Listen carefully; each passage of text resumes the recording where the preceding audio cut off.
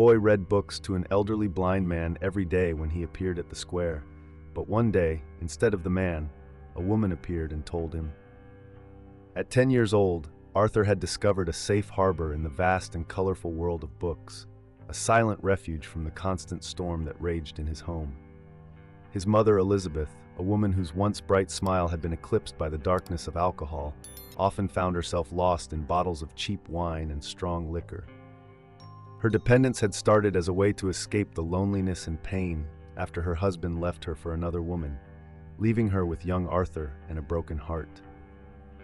The house, which should have been a home filled with love and warmth, had turned into a battlefield where each night brought a new confrontation, another storm of shouts and sobs.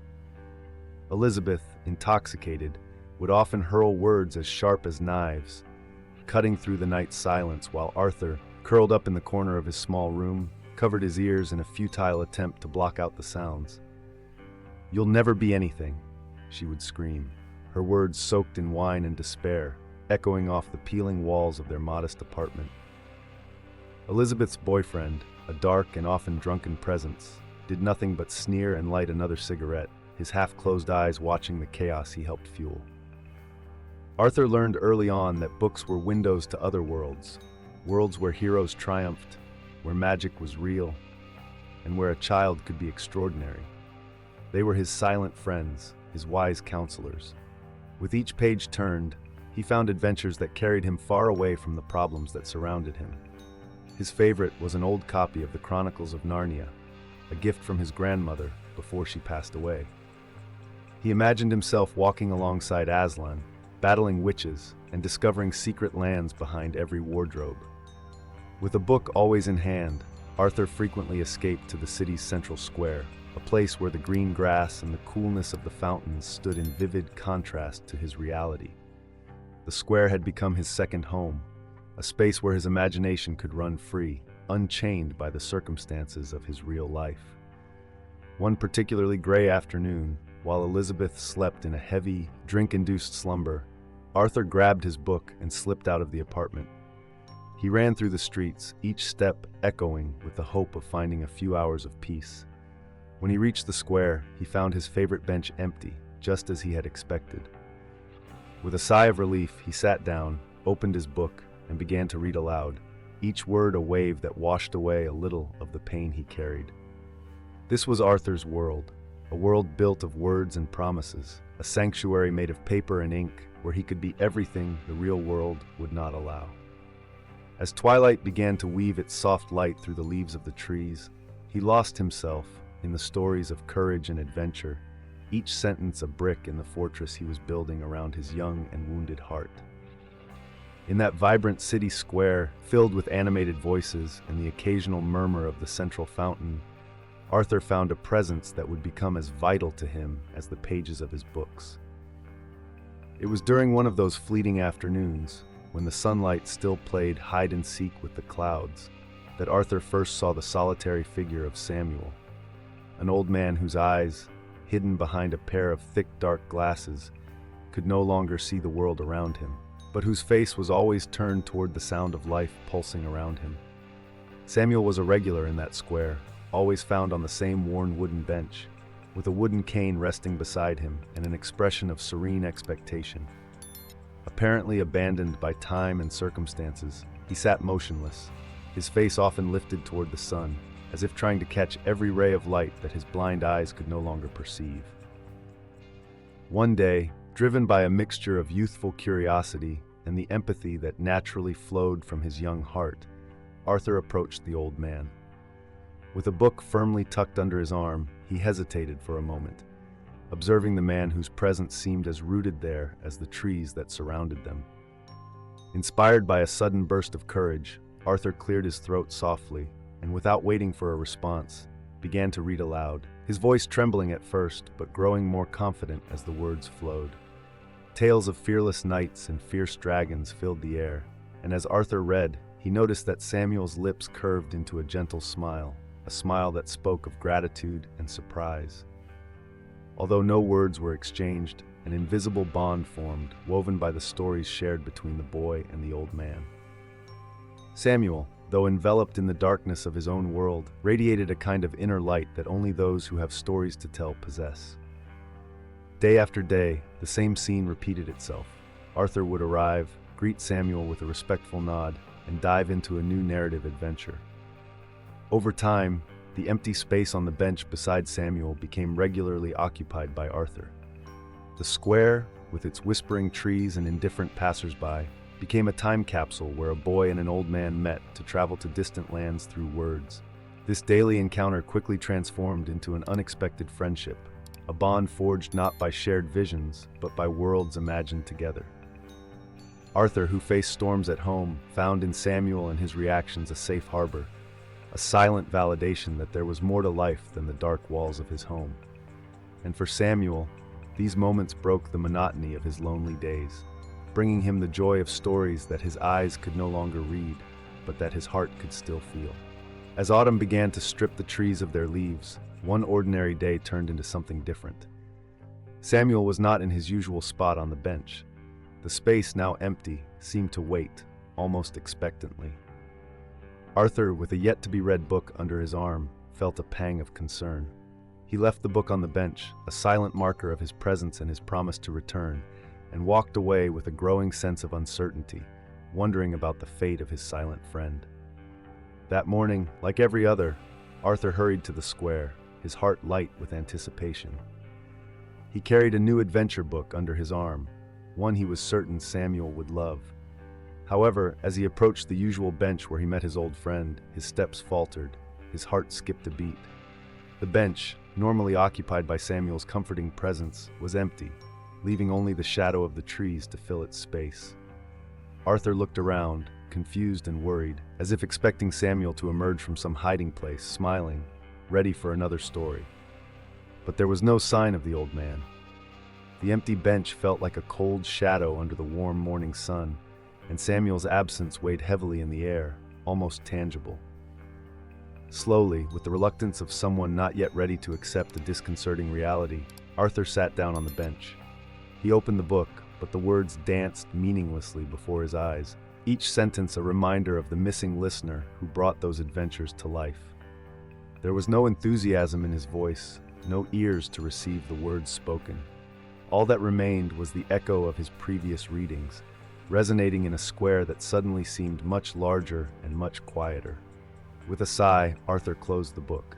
He took out some sheets of paper, the ones on which he had written short stories and poems, inspired by his sessions with Samuel.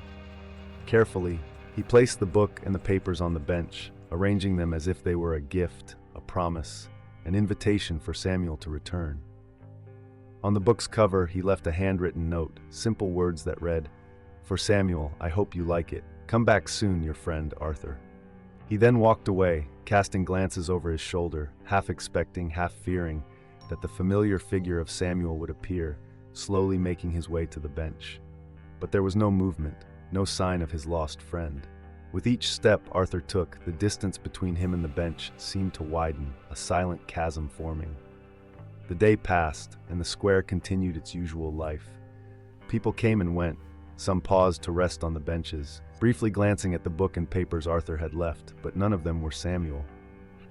The sun crossed the sky, casting shadows that lengthened and shortened, yet the bench remained unchanged, a monument to waiting and hope. At the end of the day, with the sky tinged in orange and pink at dusk, Arthur returned to the square. His heart pounded with a mix of hope and fear. But the bench was still there, the book and papers untouched, except for the gentle breeze that flipped the pages as if searching for the absent reader. Arthur gathered his belongings, his heart heavy, his mind full of unanswered questions. That night, as Arthur lay awake in his bed, images of Samuel, the empty bench, and the closed book swirled in his mind. A firm resolve began to take shape in his young heart. The next day, he would return to the square, but not just to wait. He would start looking for Samuel, determined to discover what had happened to his silent and dear friend. And with that thought, Arthur finally fell asleep, his determination soothing some of the restlessness the day had brought. The next morning, as dew still clung to the leaves of the trees and the sun began to chase away the coolness of dawn, the square welcomed an unexpected visitor. Maria, A woman with an elegant posture and a determined gaze walked through the space with a mix of hesitation and resolve. Her measured, soft steps led her toward the bench that had become a silent meeting point between Arthur and Samuel. She stopped in front of it, her eyes scanning the surroundings as if trying to catch traces of her father's presence. Dressed impeccably, with a finely tailored coat that swayed gently in the morning breeze, Maria exuded an aura of restrained sadness. Her face, usually brightened by a gentle smile, now bore shadows of concern. She had come to the square following a tenuous lead, a hope that Samuel, her estranged father, might be here, in the place that rumors suggested was his daily refuge. As she approached the bench, Maria noticed something unusual. A book and some sheets of paper carefully arranged, as if waiting for someone's return. Curious, she leaned in to examine the items. The book, with its worn cover, seemed to have been flipped through countless times, and the sheets, though simple, were handwritten in an irregular script, typical of a child. A note accompanied the book, with words that conveyed waiting and a promise. With trembling hands, Maria flipped through the pages of the book, her eyes scanning the stories that perhaps her father had listened to. She pondered the impact of these narratives on Samuel, imagining him sitting there, absorbed in the adventures narrated by a young voice. The handwritten sheets revealed short stories and poems, echoes of a creative and sensitive mind, sharing its inner world with an invisible listener. It was clear to Maria at that moment that her father had found something special in that square, something that kept him coming back. Perhaps it was the company, perhaps it was the stories. The presence of these personal items on the bench, left with such hope for a reunion, spoke of a deep bond formed between two souls likely very different, but united by the power of words and imagination. Moved and now more determined than ever, Maria sat down on the bench, touched by her discovery. She reflected on the years of silence and distance that had stretched between her and her father, the many words left unsaid, the many meetings that had never happened. Now, seeing the tangible effects of a new relationship in Samuel's life, she felt a mix of gratitude and urgency. As Maria lost herself in thought, a familiar figure to the square's regulars began to approach. It was Arthur, returning to the site of his daily encounters, carrying with him new hopes and the same book, now returned to his backpack after a night of worries and plans. When he saw Maria, a stranger occupying Samuel's bench, his heart quickened with a mix of curiosity and caution. This encounter, though initially marked by mutual surprise, would soon unfold into revelations that would further intertwine the lives of Arthur, Samuel, and Maria, opening new paths to understanding and perhaps the healing of old wounds. As Arthur approached, the air seemed charged with expectation, as if the mere act of his steps toward the bench could trigger a much-anticipated chain of events. As Arthur approached the bench in the square, he noticed the elegant woman who now occupied Samuel's usual spot. The atmosphere was thick with the weight of uncertainty and expectation. As he got closer, Arthur could see Maria's face more clearly, marked by a contemplative seriousness and a gentle beauty, contrasted by her evident worry. Maria, in turn, sensed the young boy's presence as he approached. Her mind was swirling with thoughts of her father, the surprise of finding those personal items, and now the curiosity about the boy whose writing revealed an old soul in a young body. She observed Arthur with a mix of hope and hesitation, wondering how to start a conversation about such personal and painful matters. When Arthur stopped in front of the bench, his eyes met Maria's, and for a brief moment, the world around them seemed to slow down. Maria took a deep breath, gathering the courage to share her story, a story marked by misunderstandings and conflicts that had unraveled the fabric of her family. With the gentleness the moment required, Maria began to reveal to Arthur the contours of a complicated family history. Samuel, her father, had once been the center of a united and loving family.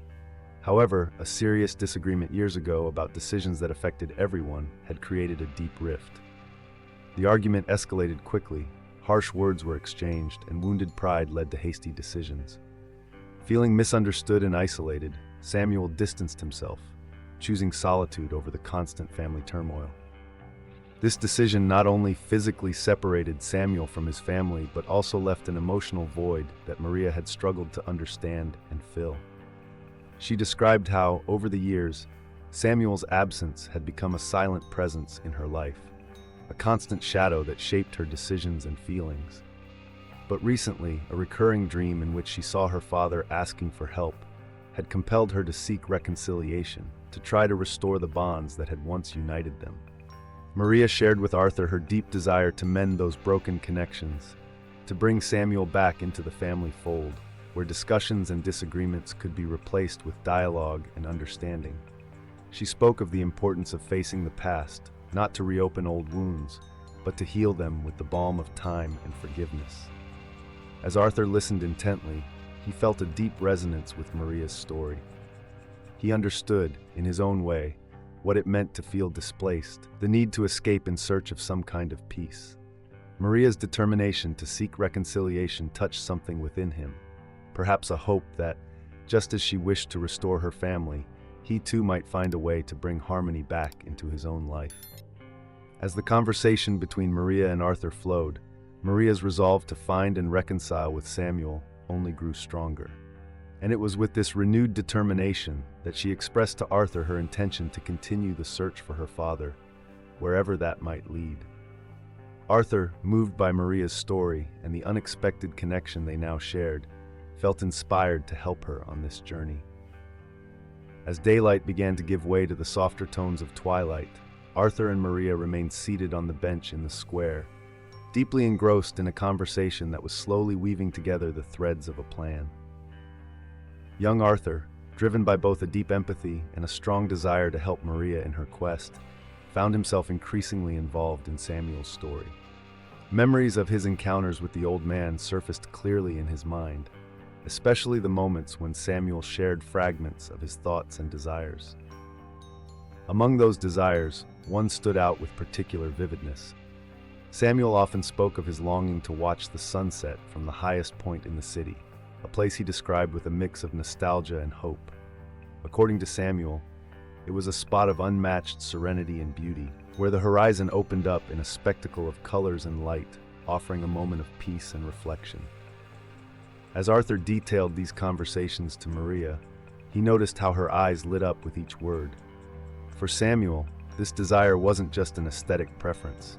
It was a symbol of freedom and renewal, a place where he felt he could leave behind the shadows of the past and perhaps rediscover a sense of purpose for the days ahead. Inspired by Arthur's suggestion, Maria began to seriously consider the possibility that her father might be there, at that very moment, seeking solitary solace in the beauty of the sunset. The idea that this meaningful place could be the key to finding Samuel sparked a mix of excitement and anxiety in her heart. They discussed the practical details of how to reach the hill, a location known for its steep trail and breathtaking views. Although the hike would be challenging, the end promised to be rewarding. Arthur, despite his young age, proved to be surprisingly knowledgeable about the routes and shortcuts, the result of many solitary escapes when he needed to distance himself from the chaos of his own home. As the plan took shape, Maria felt invigorated by the prospect of finally doing something concrete to mend the ties with her father. She imagined the reunion, rehearsed in her mind the words she would say, and the emotions that might surface upon seeing her father after so many years of separation. The search for Samuel, which had started as a series of uncertain attempts, now had a clear destination and a purpose.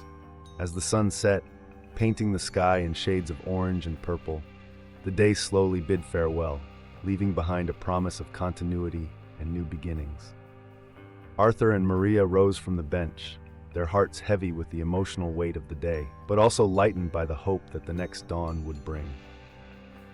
As they prepared to leave, Maria thanked Arthur, not just for his suggestions, but for his companionship and empathy.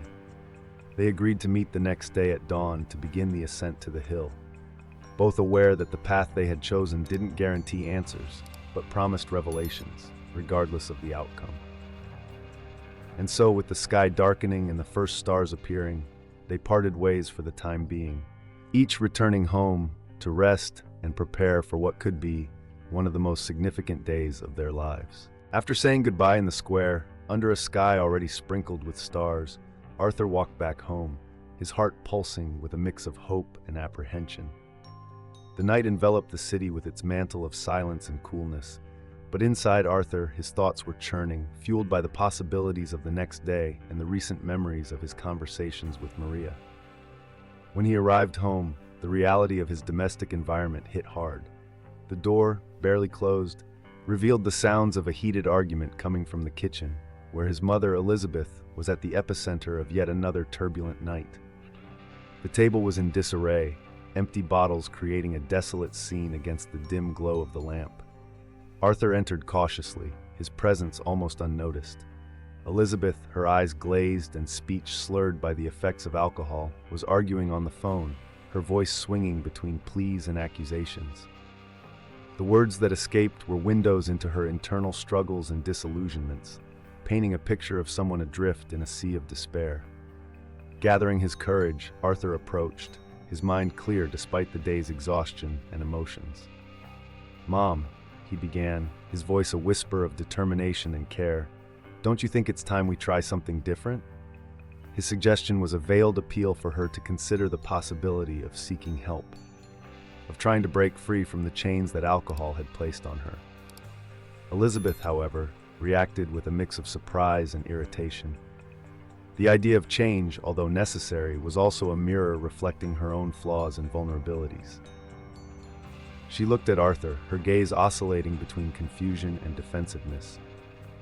"You think it's that easy?" she retorted, her voice trembling with the emotional weight of her words. "You think I don't know what I'm doing to myself?" The confrontation escalated quickly, with Elizabeth's words becoming sharper, each phrase a blow that Arthur felt in his heart. The argument wasn't new, but each time it brought a new layer of pain and frustration for both of them. Arthur wanted to help, wanted his mother to see the hope and possibilities that he saw, but the barrier of addiction and despair seemed insurmountable at that moment. Defeated and emotionally exhausted, Arthur retreated, quietly climbing the stairs to his room. There, in his refuge among books and papers, he closed the door gently, as if trying to isolate himself not just from the sounds of the argument below, but from all the pain it represented. Sitting on the edge of his bed, Arthur clasped his hands, his mind searching for words for a prayer that felt as much a plea as a release. He prayed for change, for strength. He prayed for his mother, that she might find the light amid the darkness that consumed her.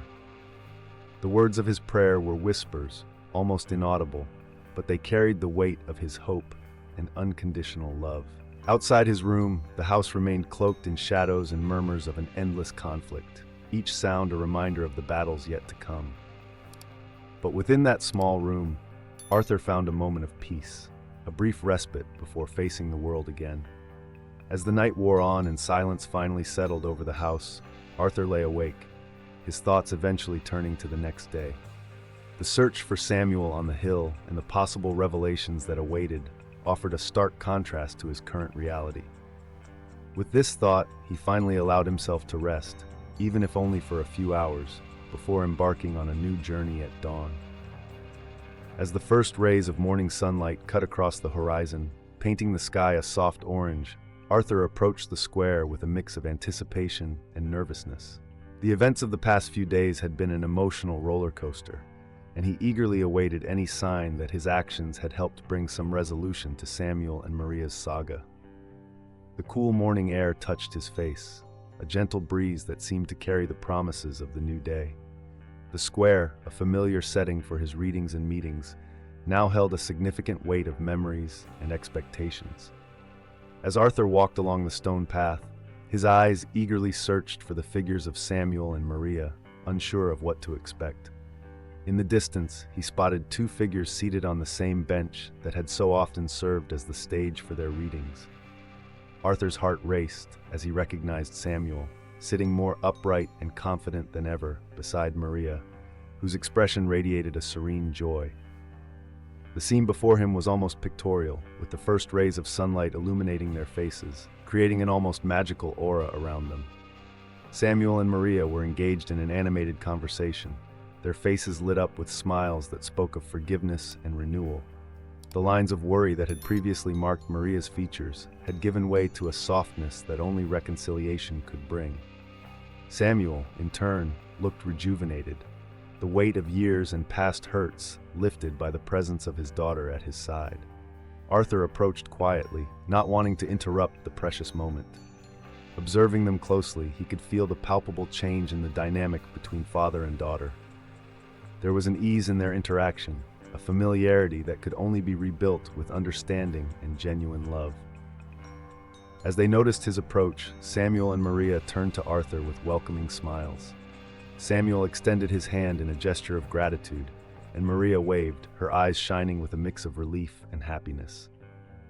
That simple gesture of acknowledgement was enough to convey to Arthur the positive impact of his actions. He joined them on the bench, feeling like part of a circle he had helped to close. The meeting that morning was not just a pleasant coincidence, but a testament to the healing power of time and the willingness to forgive. Samuel shared with Arthur how the past few days had been revealing, bringing to the surface feelings and memories long buried, and how Maria's presence had brought light to a part of his life he had thought permanently shrouded in darkness. Maria spoke about the journey of reconnection, the challenges and the joys, and how finding Arthur in that square days ago had been a catalyst for the change she so desperately sought. The square, with its trees and benches, silent witnesses to so many moments, had become a symbol of renewal and new beginnings for them.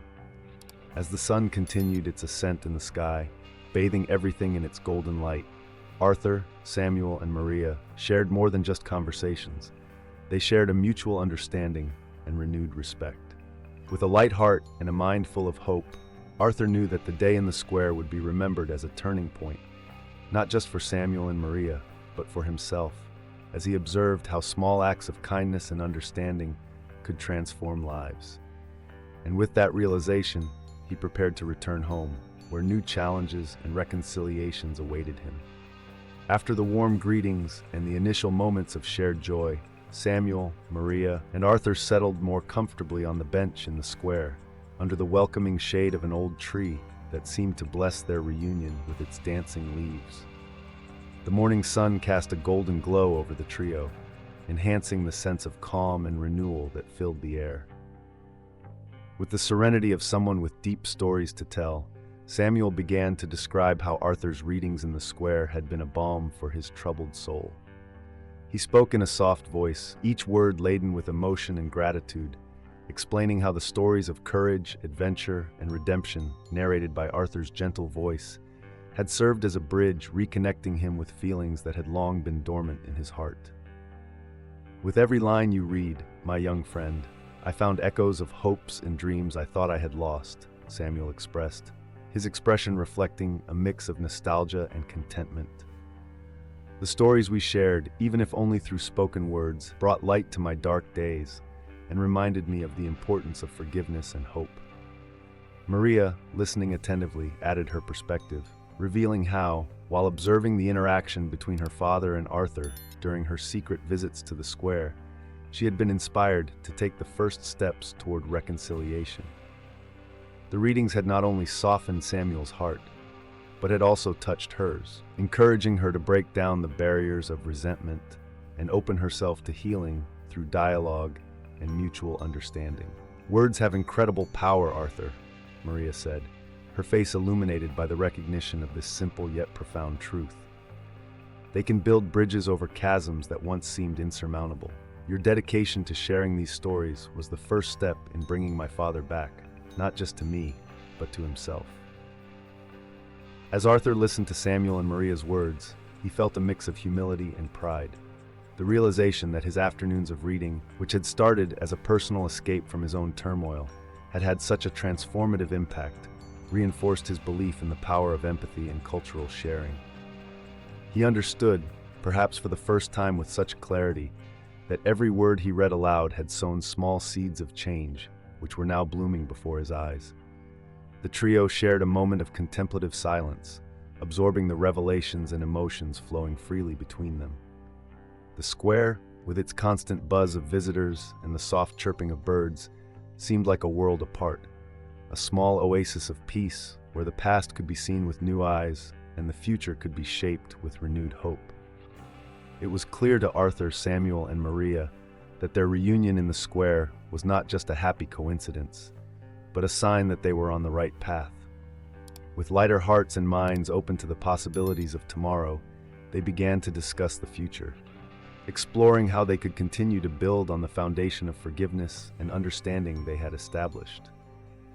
As the sun continued its journey across the sky, bathing the square in increasingly warm light, they rose from the bench, ready to leave the space that had witnessed their healing and begin walking together toward new horizons.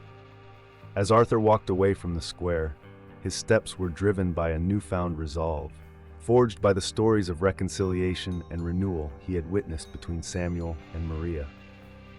This experience had left an indelible mark on his spirit, igniting a renewed fervor to face the challenges awaiting him at home. On his way back, Arthur reflected on the transformation he had seen. The forgiveness and understanding that Maria and Samuel shared seemed to radiate a light of hope that he desperately wanted to bring into his own family life. With his mother struggling with alcoholism for years, their journey resonated deeply with him, bringing to the surface both the pain and the possibility of healing. Arriving home, Arthur found the usual somber environment, marked by disorder and the heavy silence that often preceded his mother's frequent outbursts. Elizabeth was in the kitchen, her posture slumped over the table, surrounded by papers and several empty bottles that testified to her ongoing struggle. With a mix of determination and gentleness, Arthur approached his mother. Observing her in silence for a moment, he felt a wave of compassion and resolve. Inspired by the strength Maria had shown, he was ready to initiate difficult conversations, the kind he hoped would guide his mother toward a path of recovery. Arthur spent the next few hours trying to engage his mother in an open and sincere dialogue about his concerns and his hopes for a better life for both of them. He spoke about the importance of health and well-being, about the joy they could share if the barriers of addiction were broken down. Though initially met with resistance and even denial, Arthur's gentle persistence began to break the ice.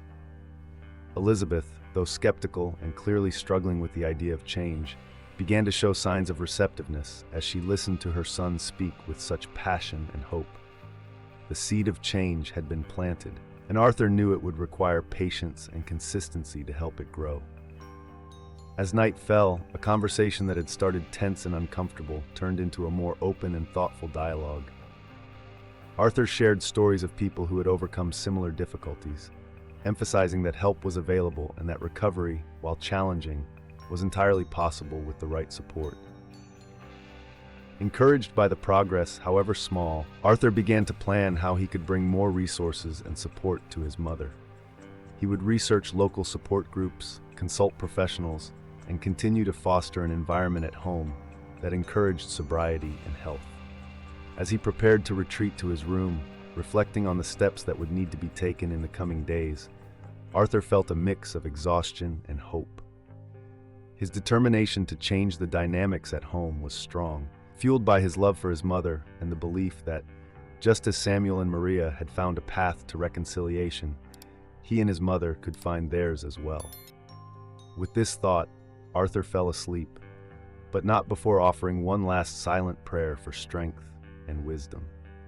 In the days that followed, Arthur employed a new tactic in his attempt to reach his mother, Elizabeth, on a deeper and more personal level. Inspired by the changes he had witnessed between Samuel and Maria, and driven by a growing determination to transform the atmosphere at home, he began leaving small messages for his mother. Each morning, before Elizabeth woke up, Arthur would write short notes filled with words of encouragement and affection. He placed them in strategic spots, beside the coffee maker, on the bathroom mirror, and on the refrigerator door, places where he knew she couldn't ignore them. These messages ranged from inspirational quotes he found in his books to gentle reminders that he was there for her, that he loved her, and believed in her ability to overcome her struggles. Initially, the messages seemed to have little effect. Elizabeth, trapped in her habits and the fog of alcohol, often passed by them without much notice, or read them without showing any visible reaction. However, Arthur didn't give up. He knew that change was a slow process and that persistence was key. With renewed patience each day, he continued his silent mission to sow seeds of hope. As the days passed, Arthur began to notice subtle changes in his mother's behavior. She started pausing in front of the notes, reading them more carefully. On some mornings, he even caught a glimpse of emotion crossing her face, a soft sigh escaping her lips, a moment of reflection that hadn't been there before. It was as if the words were slowly penetrating the barrier that alcohol had built around her heart.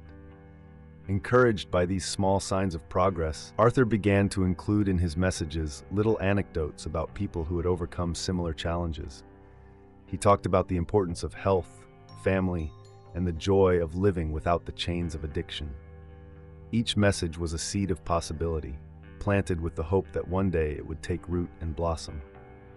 Over time, Elizabeth began responding to Arthur's messages in unexpected ways. One morning, she mentioned one of the quotes during breakfast, reflecting on its meaning and how it made her think about her life. It was a small step, but for Arthur, it was a sign that doors were opening, that perhaps there was a chance for them to rebuild their lives, not just as mother and son, but as companions on a journey of healing. In this environment of slow transformation, Arthur found himself growing more hopeful. He knew there were still many challenges ahead, but each small victory strengthened his resolve. He was ready to continue supporting his mother, armed with words of encouragement and a heart full of love. With this renewed determination and hope, Arthur prepared for the next stage of his plan. He knew the battle against his mother's addiction would be long and filled with ups and downs, but he was resolute in continuing his mission. Change is often a catalyst for unexpected conflicts, and in the home of Arthur and Elizabeth, one particularly tense night proved to be the stage for a confrontation that would change the course of their lives. Arthur's messages, while slowly sowing hope and change in Elizabeth, were also creating an environment of tension with Elizabeth's boyfriend, Marco, who viewed these changes with growing discontent. Marco, accustomed to having control over Elizabeth and the dynamics of their relationship, began to feel his power diminish as Elizabeth gained new perspective and strength.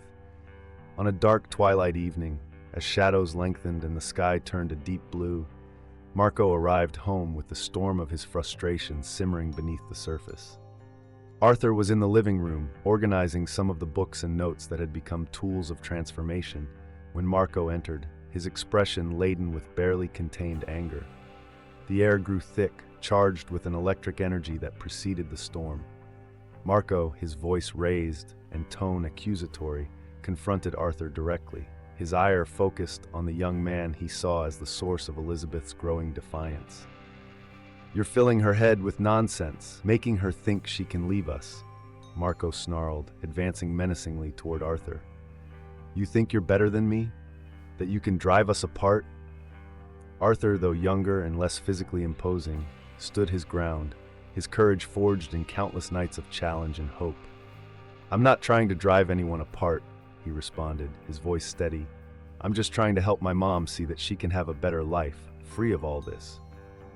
It was then that Elizabeth, drawn by the noise of the argument, entered the room. She saw Marco, his face flushed with anger, confronting her son, and something inside her snapped. Years of submission and fear gave way to a sudden and powerful maternal instinct. With a strength that surprised even herself, Elizabeth intervened, stepping between Marco and Arthur. "Enough, Marco," Elizabeth shouted, her voice trembling but clear. "I won't let you talk to my son like that, or continue bringing this negativity into our home." The confrontation escalated quickly, with Marco initially trying to argue, but Elizabeth's resolve was unshakable.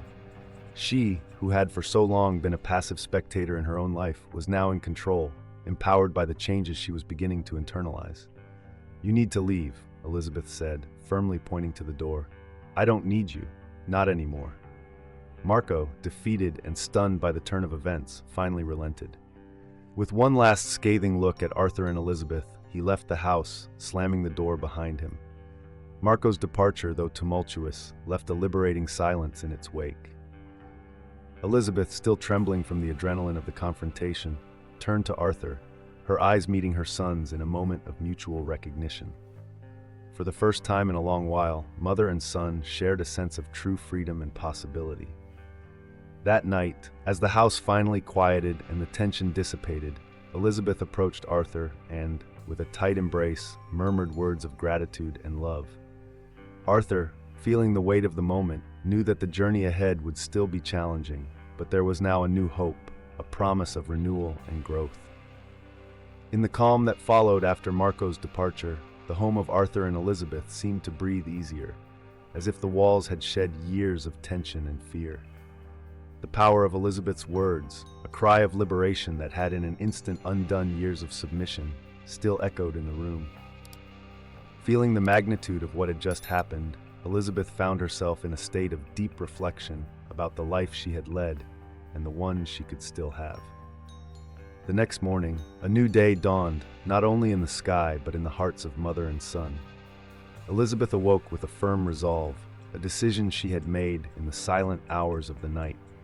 As the first rays of sunlight illuminated the modest kitchen, she found Arthur preparing breakfast, the normalcy of the scene tinged with the new hope that now filled the house. Arthur noticed Elizabeth's entrance, her posture more upright than usual, a visible determination in her stride. He watched as his mother approached, her eyes filled with raw emotion and a newfound purpose.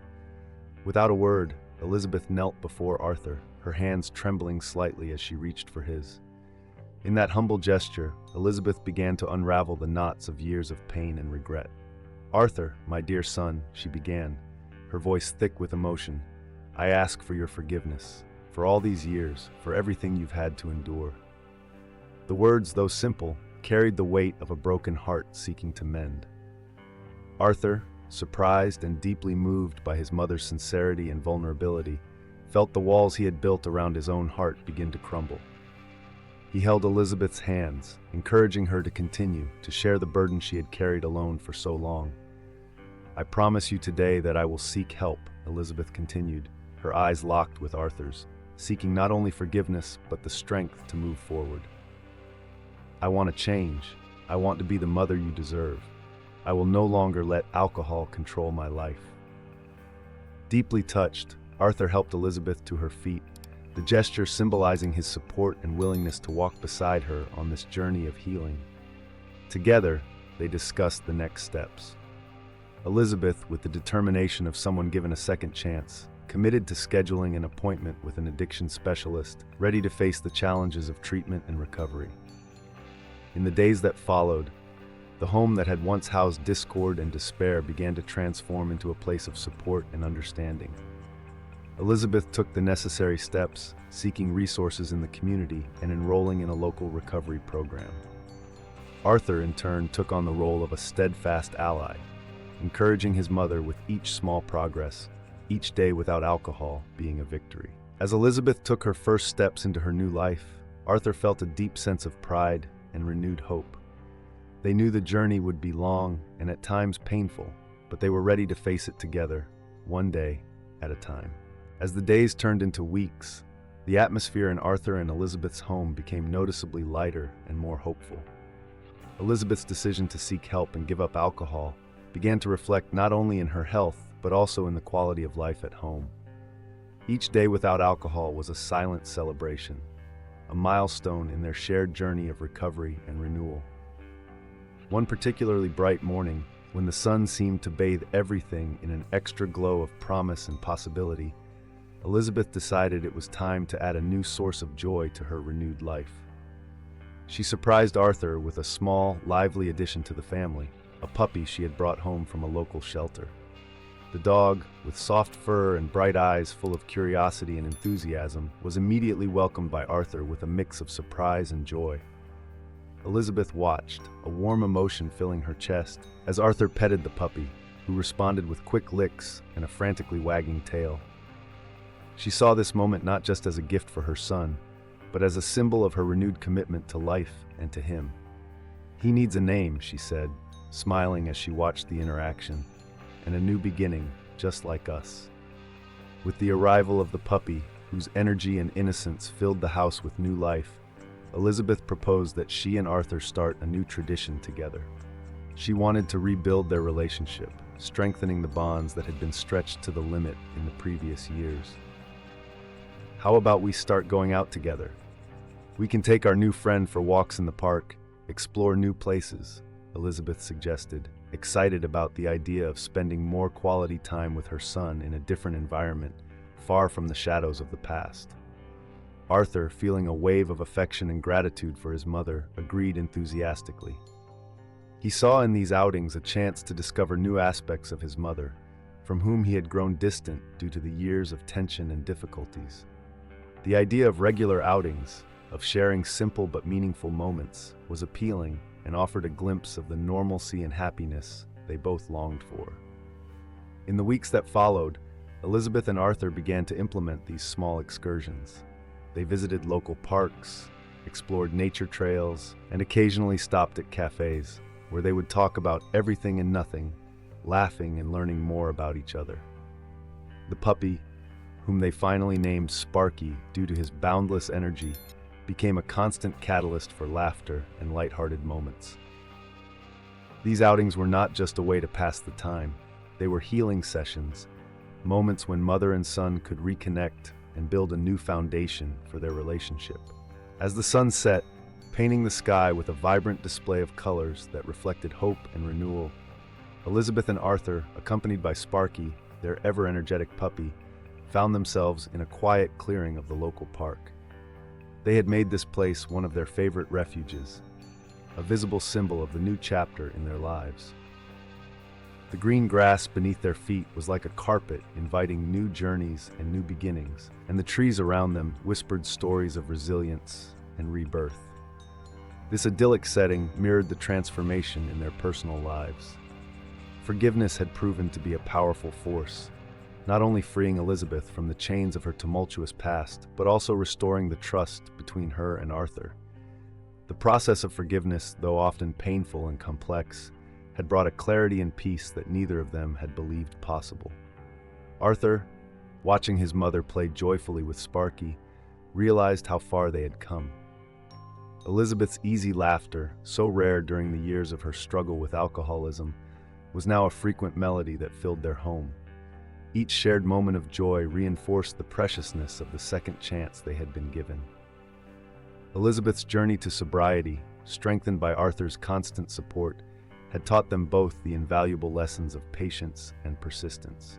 Arthur had learned that small gestures, like the encouragement notes he started leaving for his mother, could have an immense impact. These gestures not only changed the dynamic between mother and son, but also became fundamental in the rebuilding of their lives. The family bond, once fractured by hurt and resentment, now flourished under the care of Elizabeth and Arthur, who deliberately chose each day to forgive and rebuild. This new unity offered them both a sense of security and belonging that had long seemed lost. As daylight gave way to the serenity of night, the clearing where they sat became a stage illuminated by the stars, bearing witness to the transformative power of forgiveness and love. Arthur and Elizabeth, sitting side by side, watched Sparky run joyfully, a living symbol of the renewed energy that now filled their lives. The story of Arthur and Elizabeth, marked by challenges and triumphs, was a powerful reminder that even in the most difficult circumstances, hope is never lost. The ability to forgive, to offer and accept a second chance, can open doors to a future full of possibilities and unexpected beauty. And as the night settled in, mother and son shared a comfortable silence, a mutual acknowledgement that despite everything, they had found their way back to each other. This ending, or rather, this new beginning, was a silent promise that each new day would bring more opportunities to laugh, love, and live fully.